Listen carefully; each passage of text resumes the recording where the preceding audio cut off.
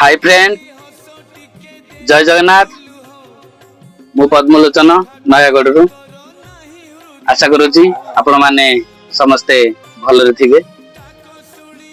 भाई मैंने देखंतु वर्तमान 2-3 दिन हैला गाड़ी टिके लोड स्लो हो जाइए।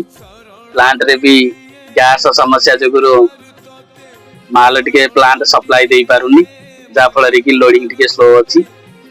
तो गाड़ी रे आज रोसई करुची कहीं होटेल खाइबा तो जानी थे कौ भाया बासी खाइबा देख देह खराब हो जाउची। तो जेहेतु लोड नहीं गाड़ी छिड़ा होची तो एमती गाड़ी भितर भाई रोसई करुची।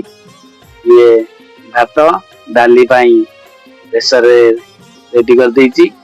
भात डाली आउ कलरा भजा टिके आज हबो।